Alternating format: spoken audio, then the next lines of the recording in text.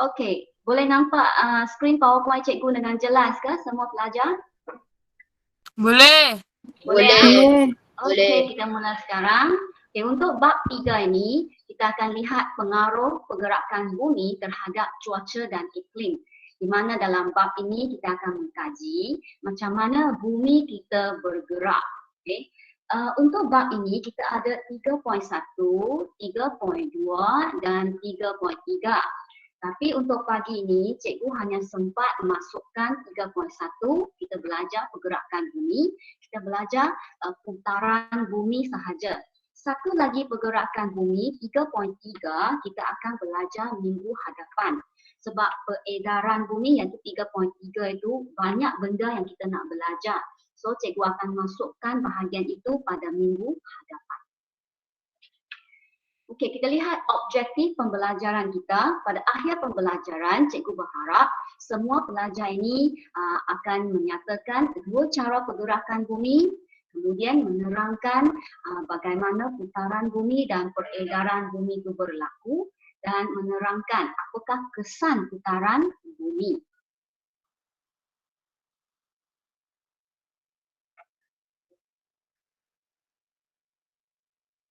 Kejap, cikgu benarkan ada pelajar yang masuk bukan dengan email NOE. Cikgu benarkan mereka masuk dulu. Okey, sebelum kita mulakan pergerakan bumi, kita lihat dulu lokasi bumi kita, iaitu lokasi bumi dalam sistem suria. Okey, sistem suria terdiri daripada kita ada matahari, kita ada planet.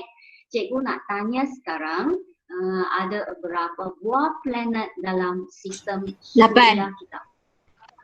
8, betul? Betul, cepat dan tepat. Betul, 8. Kita ada 8 planet dalam sistem suria. Dan sistem suria kita cuma sebahagian kecil daripada semua sistem dalam galaksi kita. Okay, kita lihat yang ni adalah sistem suria kita di mana kita ada matahari dan 8 buah planet.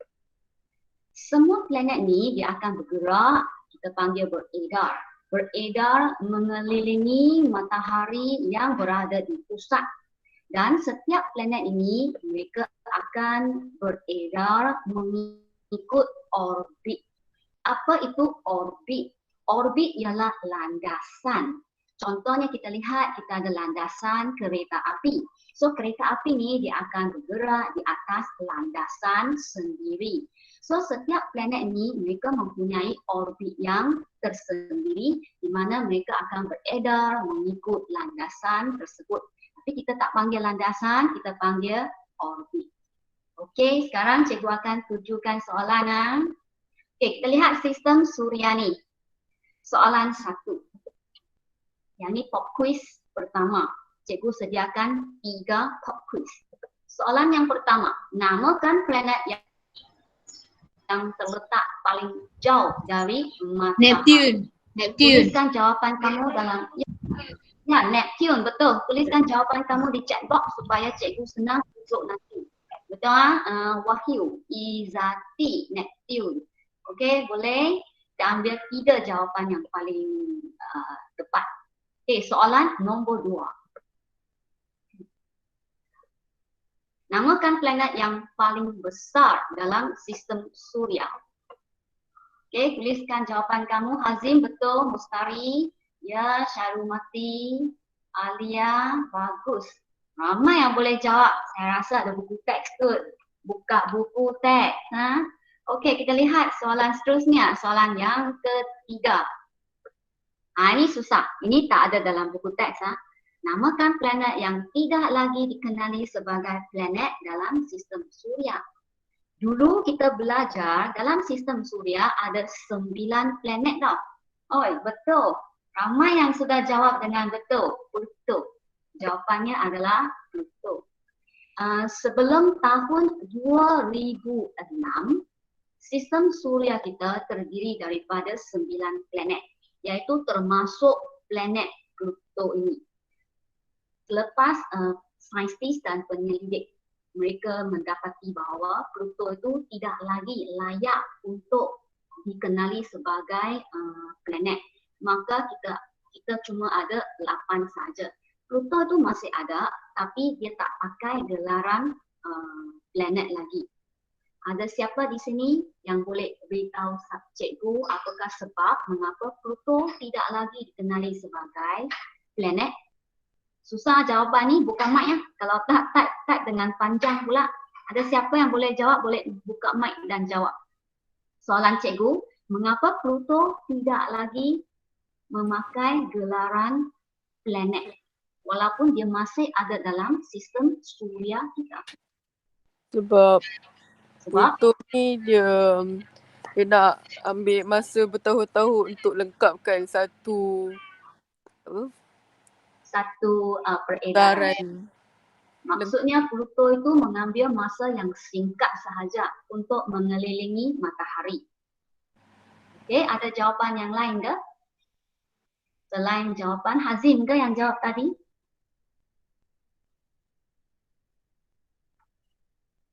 Sebenarnya ada beberapa jawapan di sini.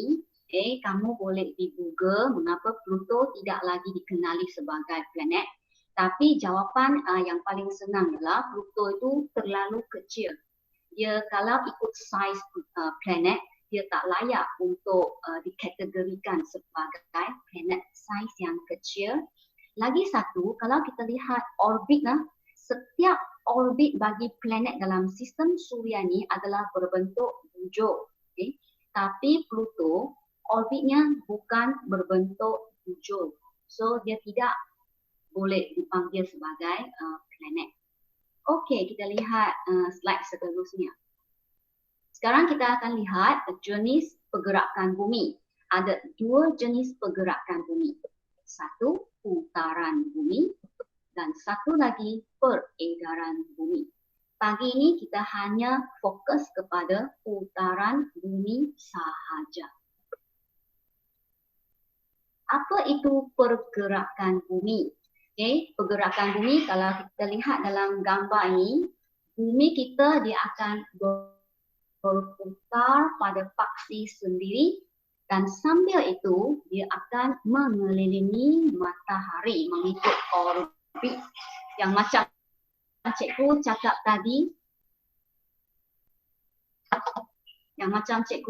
tadi. Orbitnya adalah berbentuk bujur. So, dua-dua pergerakan ini berlaku secara serentak. Dua-dua pergerakan ini akan bergerak secara serentak. Okey, kita fokus kepada putaran bumi. Kalau kita tengok slide ini, gambar ini, bumi kita bukan berdiri secara tegak. Kita lihat ada garisan tegak di tengah-tengah kan.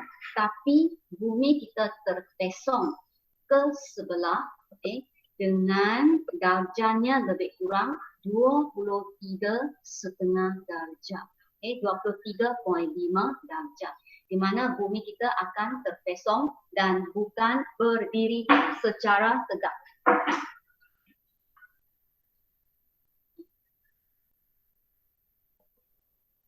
So bumi kita berputar pada paksinya. Yang mempunyai kecondongan sudut pada 23,5 darjah.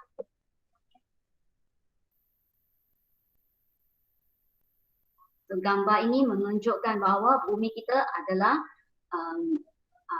berputar pada kecondongan dan bukan berputar dengan tegak.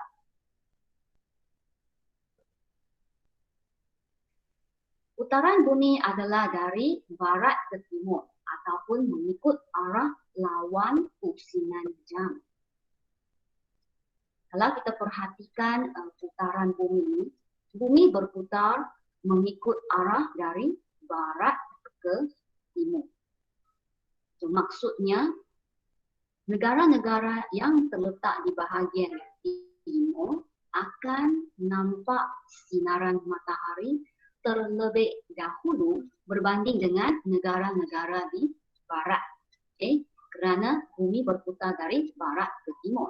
Kalau kita perhatikan bahagian utara iaitu kutub utara, terlihat dia adalah mengikut pusingan jam.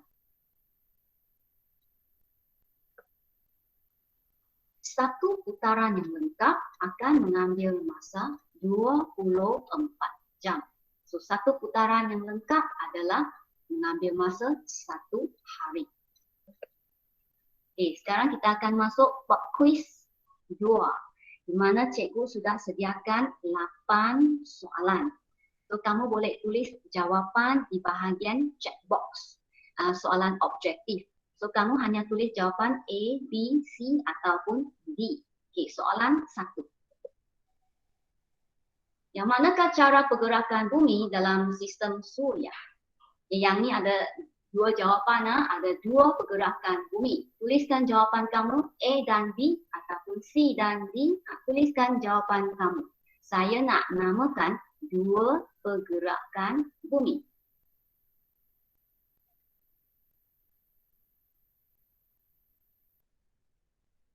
Ya, belum ada jawapan lagi.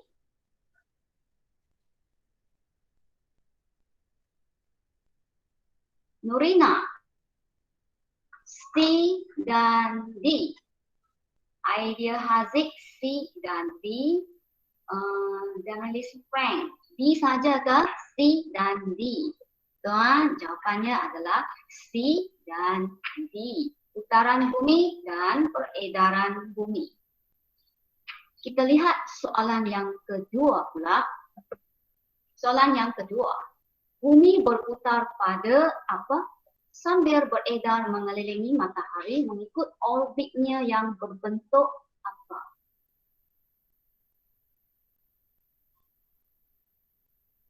Azim, jawapan C. Rina C. Ramai yang dapat jawapan betul. Mana ada jawapan B? Apa B tu? Tak salah kot. Jawapannya adalah C. Tepat sekali. Macam tak ada pelajar yang jawab salah tau. Okey, kita lihat soalan yang ketiga. Putaran bumi dari barat ke timur menghasilkan gaya graviti bumi yang dinamakan. Ini cikgu belum ajar lagi sebab yang ni ada di slide yang belakang. Siapa boleh dapat jawab? Ini uji common sense kamu. Bumi kita ada gaya graviti. Gaya graviti ni dia akan menetapkan benda-benda atau objek di atas bumi dengan stable. So, apakah nama gaya graviti? Jawapannya adalah C. Betul, Coriolis.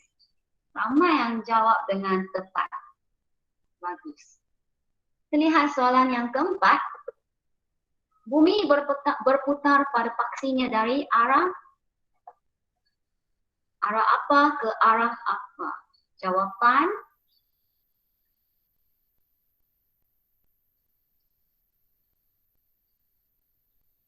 ada yang C, ada yang D. C salah. Jawapan yang tepat adalah dari barat ke timur. Nampaknya majoriti daripada kamu di sini faham apa yang cikgu ajar tadi. Kita lihat soalan yang lebih mencabar. Soalan nombor 5. Bumi beredar mengelilingi apa di atas orbitnya? Bumi beredar mengelilingi, ya betul, matahari. Soalan yang keenam. Bumi berputar di atas apa? Apakah garisan tengah-tengah yang ada di bumi itu? Kita panggil apa? Garisan tengah-tengah di bumi. Ya, betul. Jawapannya adalah paksinya. Kita lihat soalan seterusnya, soalan nombor 7. Satu putaran yang lengkap. Ini sangat senang. Satu putaran yang lengkap dari barat ke timur akan mengambil masa 1 hari. Betul kan? Ataupun 24 jam. Okay, soalan yang terakhir. Macam mana dengan satu peredaran yang lengkap?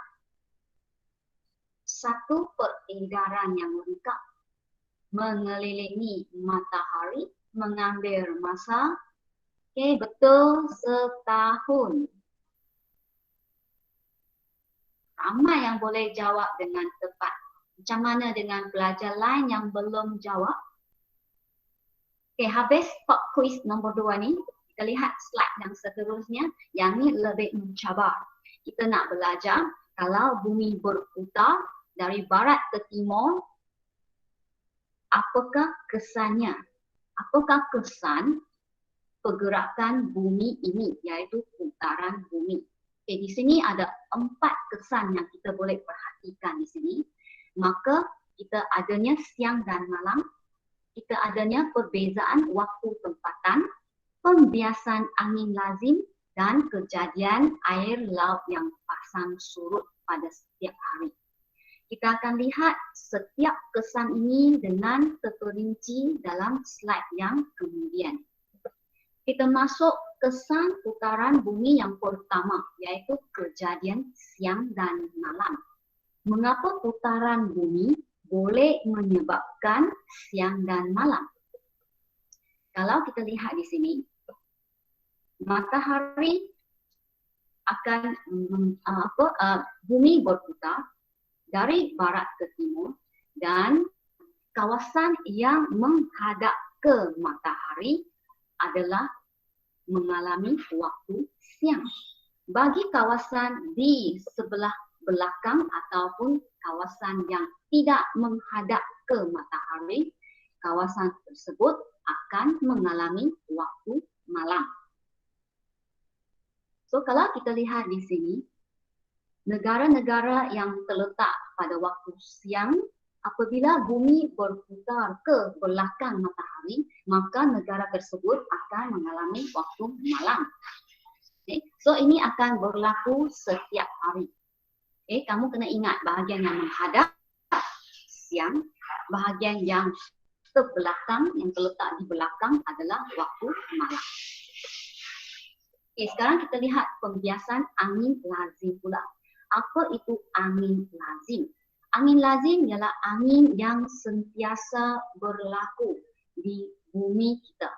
Kita ada banyak jenis angin. Kita ada angin monsun. Angin monsun adalah angin yang hanya akan bertiup ke sesuatu kawasan pada bulan-bulan tertentu. Yang itu adalah angin monsun. Kita ada angin-angin yang lain pula. Tapi angin lazim ini ialah angin yang sentiasa berlaku pada setiap masa. Kita panggil angin lazim. Kalau kita lihat putaran bumi dari barat timur, dia akan menghasilkan gaya yang kita panggil gaya Coriolis. Gaya Coriolis ni apabila bumi berputar, dia akan memesongkan angin lazim yang bertiup. Terutamanya apabila angin lazim itu bertiup melalui garisan khatulistiwa di tengah-tengah bumi. Macam mana arah angin itu akan dipesongkan? Kalau kita lihat hemisfera utara, angin-angin lazim yang bertiup di hemisfera utara apabila melalui garisan khatulistiwa, dia akan dipesong ke sebelah kanan. Bagi angin lazim yang bertiup di hemisfera selatan pula, apabila mengalir ataupun bertiup melalui garisan khatulistiwa, dia akan terbias ataupun terpesong ke sebelah kiri. Kita lihat. Kalau kita perhatikan gambar di sini, bagi negara-negara yang terletak di hemisfera utara, kita lihat aliran tiupan angin. Angin akan terpesong ke sebelah kanan. Bagi negara-negara di sebelah selatan, iaitu hemisfera selatan pula, tiupan angin akan terpesong ke sebelah kiri. So, ingat kata kunci ini. Kalau hemisfera utara, angin terpesong ke kanan. Hemisfera selatan, angin terpesong ke sebelah kiri. Sekarang kita lihat kejadian pasang surut. Kejadian pasang surut merupakan salah satu kesan putaran bumi. Yang ini adalah kejadian pasang surut di mana kita lihat tepi pantai. Kalau surut kita boleh bermain di tepi pantai, tapi kalau pasang langsung tak boleh turun. Adakah kejadian pasang surut itu berlaku setiap hari ataupun seminggu sekali ataupun sebulan sekali? Ada siapa yang boleh jawab di sini? A, B, C ya. A, setiap hari. B, seminggu sekali. C, sebulan sekali. Berapa kerap ke kejadian pasang surut itu berlaku?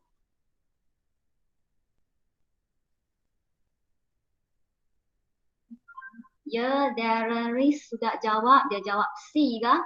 Betul kah C? Sebulan sekali. Ada jawapan yang lain? Hazim. Setiap hari. Okey, Nurina setiap hari.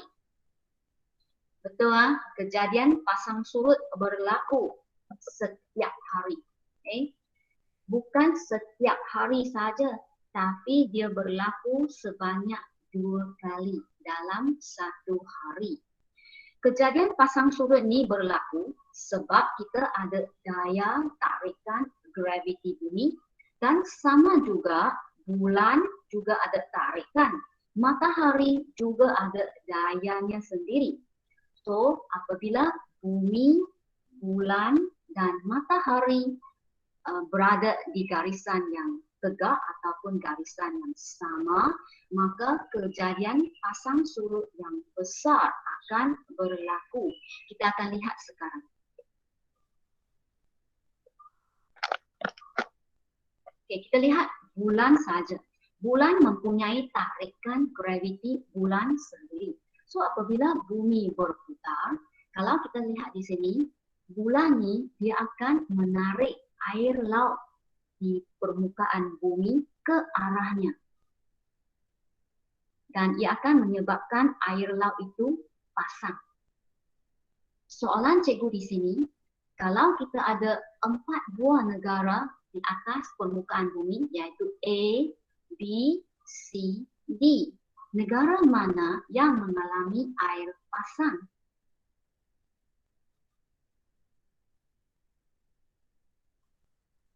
Ya, negara yang mengalami air pasang ialah negara yang terletak di bahagian C dan bahagian B dan bahagian D. Air laut akan ditarik oleh graviti bulan. Bagi negara-negara di A dan C, mereka akan mengalami air laut yang surut.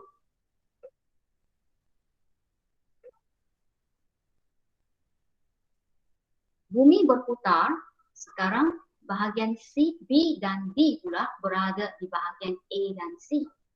Negara yang terletak di A dan C pula akan mengambil tempat B dan D. Dan negara yang A dan C tadi akan mengalami air laut pasang. So keadaan ini akan berlaku setiap hari.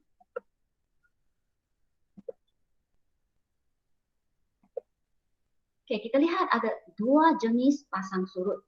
Satu adalah pasang surut yang kecil dan satu adalah pasang surut yang besar. Bagi pasang surut yang kecil kita panggil pasang anak. Bagi pasang surut yang besar yang berlakunya kejadian ombak yang besar, ini kita panggil pasang perbani. Kita lihat macam mana 2 jenis pasang surut ini berlaku. Bagi pasang anak berlaku apabila bulan, matahari dan bumi berada pada sudut tegak. Maksudnya, bumi, matahari dan bulan bukan berada pada satu garisan yang lurus. Bagi pasang perbani, ini berlaku apabila bulan, bumi dan matahari, 3 planet ini berada dalam satu garisan lurus. Kita lihat. Yang ni ialah keadaan lokasi bulan pada sudut tegak. Yang ni tiga-tiga akan berada di garisan yang sama. Yang ni pasang anak. Okey, sekarang bulan beredar. Okey, sekarang 3 ini berada pada garisan yang lurus, kita panggil pasang perbani. Ini pasang anak. Okey, sekarang 3 planet berada pada garisan yang sama, pasang perbani. Ini pasang anak. Dan ini adalah pasang perbani.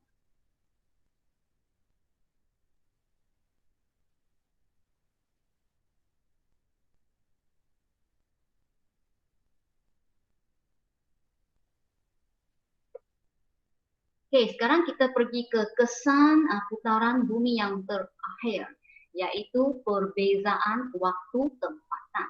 Apa maksudnya waktu tempatan? Waktu tempatan kita panggil local time. Maksudnya Malaysia. Okey, contohnya Malaysia sekarang pukul 11. Kita berada Malaysia sedang berada pada waktu pagi pukul 11. Macam mana dengan negara-negara yang lain? Negara Indonesia, negara Hong Kong, negara China, macam mana dengan negara barat, contohnya Amerika Syarikat, Afrika. Negara-negara yang berlainan akan mengalami waktu tempatan yang berlainan. Yang ini kita panggil waktu tempatan ataupun local time. Kalau kita lihat bab yang kita sudah belajar pada tingkatan 1 iaitu latitude dan longitude.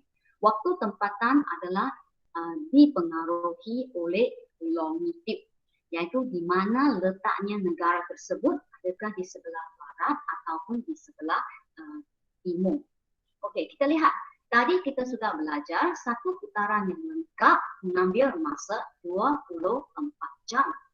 Satu putaran yang lengkap adalah 360 darjah, okay? Iaitu bersama dengan 24 jam. Dan kita akan mengambil 360 itu bahagi dengan 24 jam, maka kita dapat 15 darjah. So maksudnya setiap 1 jam bumi akan berputar sebanyak 15 darjah. Kalau kita bahagi lagi 1 jam itu kepada 15 darjah, bumi kita akan mengambil masa 4 minit bagi setiap putaran 4 darjah. Ya. So untuk lebih memahami perbezaan waktu tempatan ini, kita lihat gambar di sini. Dalam gambar di sini, cikgu ada gariskan satu garisan merah, okay, di atas permukaan bumi. Garisan itu kita panggil garisan meridian pangkat. Ataupun yang kamu pernah belajar dalam tingkatan 1, ia merupakan longitude yang mempunyai nilai 0 darjah.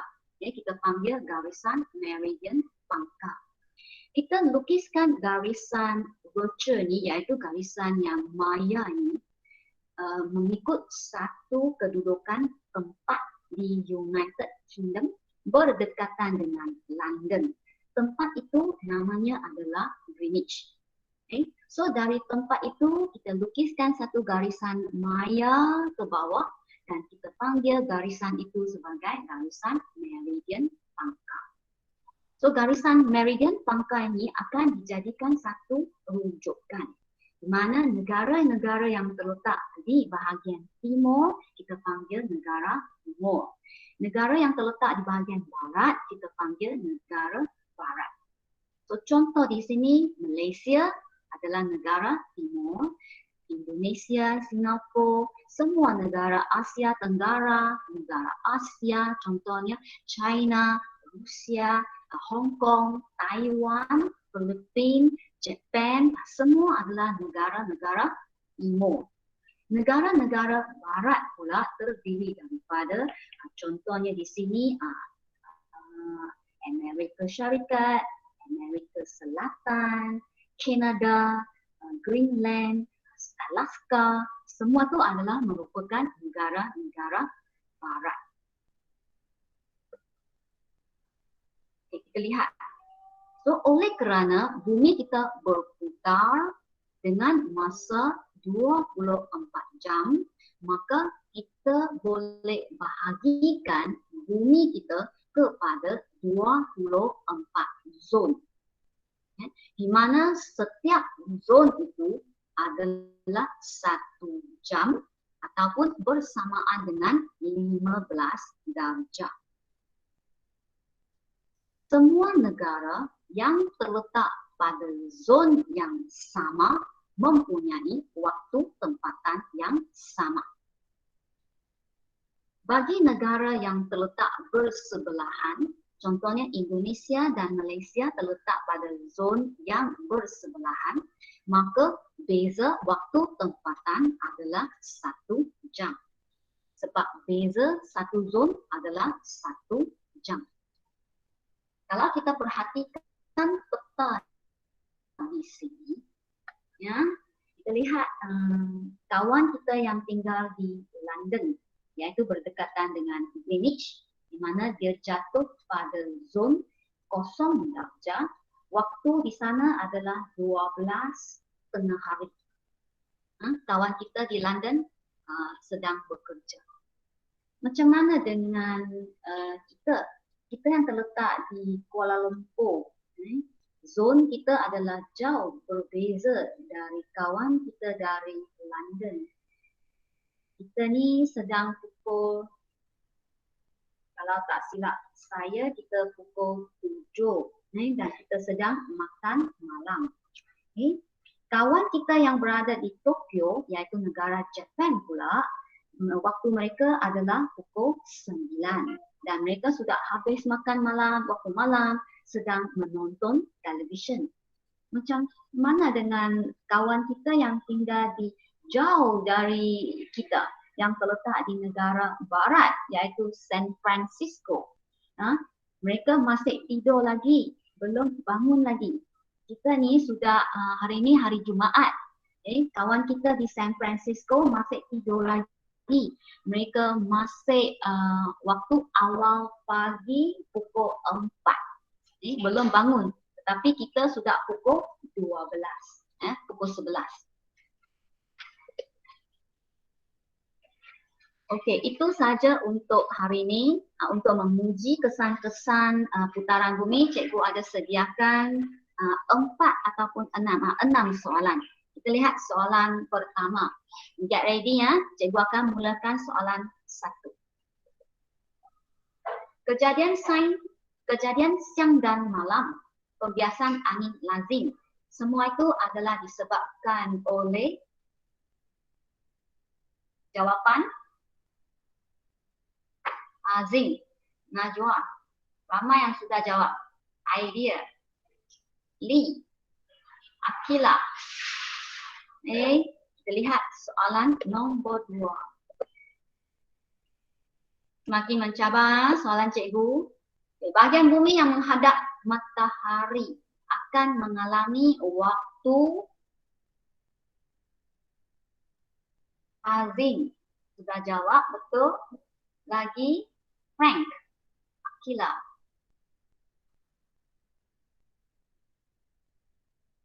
Bagus. Jawapannya adalah waktu siang. Soalan nombor 3.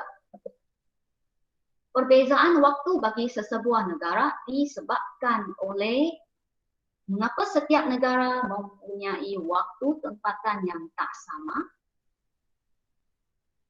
Ya, betul. Jawapannya adalah sebab putaran bumi. Soalan nombor 4. Kita perhatikan gambar raja ni. Cikgu nak kamu namakan 2 tempat yang mengalami air laut pasang.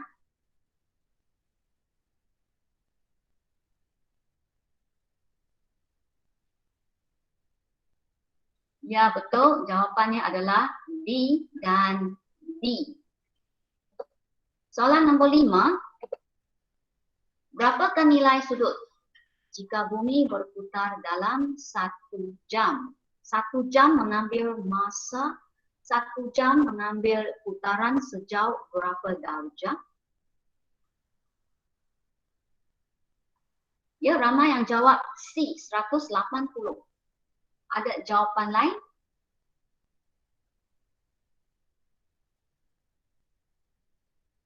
Satu jam. Bumi dibahagi kepada 24 zon.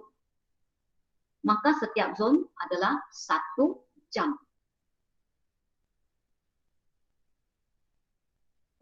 Ya, betul. Jawapannya adalah A, 15 darjah 1 jam. So, kalau kita campurkan 24 zon, kita dapat 24 jam. Dan sudutnya adalah 360 darjah. Soalan yang terakhir.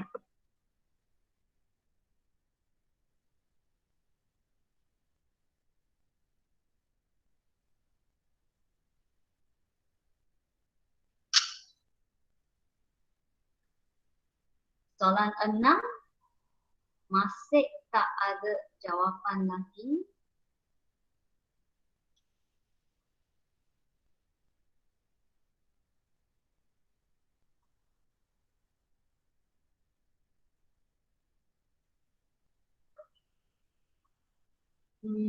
Ramai yang jawab jawapan A ada, C pun ada.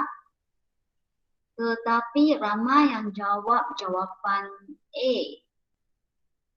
Ada 3 pelajar, 4 pelajar yang jawab jawapan C.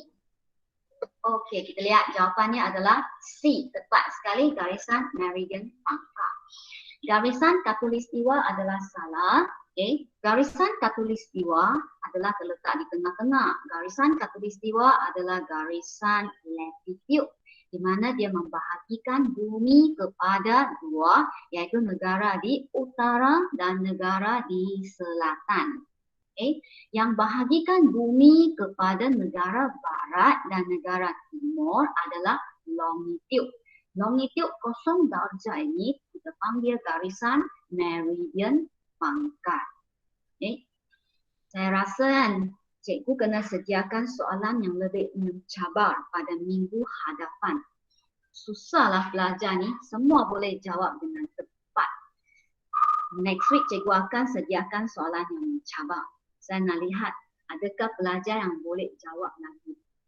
Okey, untuk soalan 6 ni, cikgu nak tujukan satu soalan kebat. Kita lihat jawapan B tu, garisan tarik antara bangsa. Soalan cikgu, berapakah darjah garisan tarik antara bangsa? Ini memuji, sama ada kamu masih ingat kita belajar tingkatan 1 kan? Longitude. Garisan tarik antara bangsa, berapakah darjah nilai garisan tersebut? Hazim sudah jawab 360. Okey, ada jawapan yang lain? Boleh cuba, tak apa. Cikgu tak akan denda. Yang lain macam mana? Jangan segan. Garisan tarik antara bangsa, berapakah darjah garisan tersebut? Nadia 380, Alia Syahira 180, Nurina 180. Untuk soalan ini cikgu tak sediakan gambar. Mungkin next week cikgu akan sediakan gambar supaya kamu lebih jelas lagi. Jawapan yang tepat adalah 180 darjah. Okay. Sebab garisan latitude sahaja yang akan dilukis mengelilingi bumi. Tapi garisan longitude dia akan dilukis dari kutub utara ke kutub selatan. So, sebenarnya garisan meridian pangkal dan garisan tarik antara bangsa adalah 2 garisan yang terletak di belakang. Okay. Garisan tarik antara bangsa dia terletak di belakang garisan meridian pangkal, iaitu 180 darjah. Apa cikgu akan sediakan gambar untuk menerangkan, kita ulang balik kita buat ulang kaji tingkatan 1. Okay, itu saja untuk minggu ini. So cikgu ada sediakan nota dan latihan. So nota saya rasa kamu boleh buat sendiri, nota-nota yang penting. Bagi latihan pula, cikgu nak kamu salingkan pop quiz 1, pop quiz 2 dan pop quiz 3, soalan-soalan yang terkandung dalam pop quiz tersebut. Okay. Saling ke dalam buku panjang dan jawab. Kamu cuma tuliskan jawapan yang betul saja. Tak payah tulis A, B, C, D. Okay. Kalau jawapan A betul, tuliskan jawapan A saja. Tak payahlah tulis A, B, C, D, kemudian bulatkan jawapan yang betul. Jangan. Okay.